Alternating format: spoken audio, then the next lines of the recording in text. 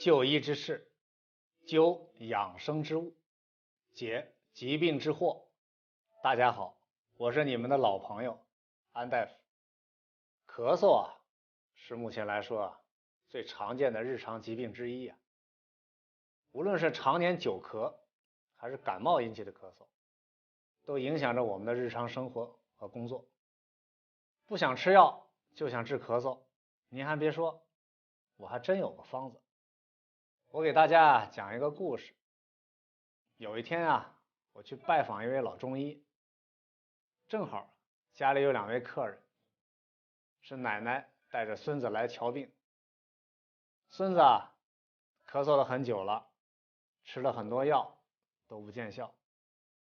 老先生就问：怎么个咳法都吃过什么药等等。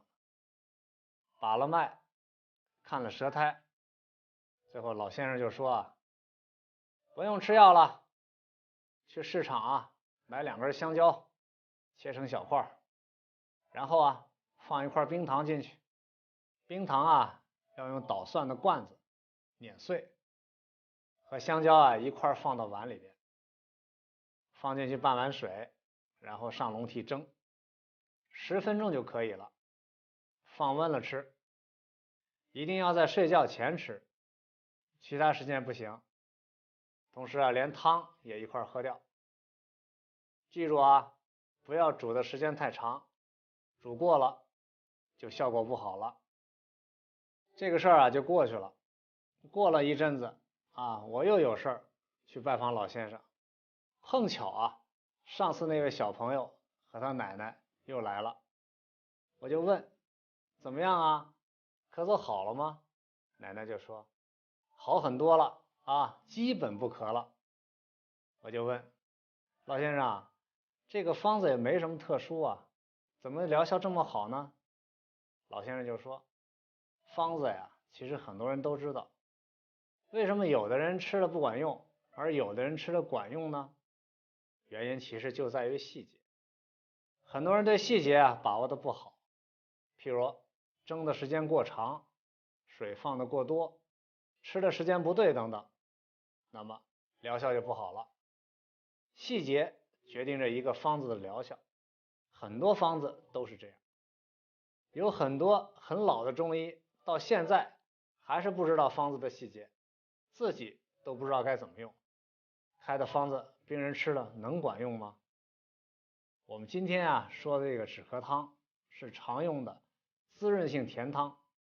这个汤中的香蕉性味甘寒滑腻，含有淀粉、蛋白质、脂肪、糖、维生素，有清热润燥、解毒生津的功效。这个香蕉冰糖合蒸是把香蕉蒸到熟了，破坏它原本的寒性，去性存用，再利用性平味甘、可入脾肺两经的冰糖。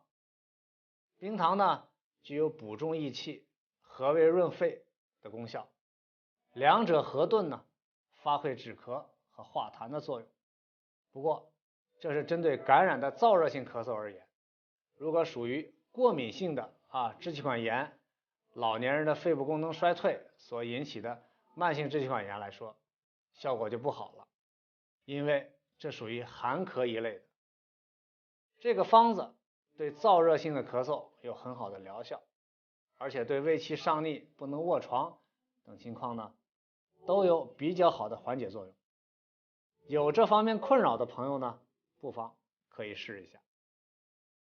有一点要注意脾胃虚寒、大便溏薄的人不宜用本汤。糖尿病、心脏病、肾脏病的患者都不宜吃香蕉，否则呢会导致糖分和钾离子过高。因此这3类人群在使用蒸香蕉治疗咳嗽的时候切记谨慎。如果您觉得今天的内容对您有帮助，建议您分享。想第一时间观看老安更新的养生内容，请点击订阅按钮，同时呢请点一下右边的小铃铛，这就是您对老安最大的支持。科学养生，关注老安，明天同一时间我们再见。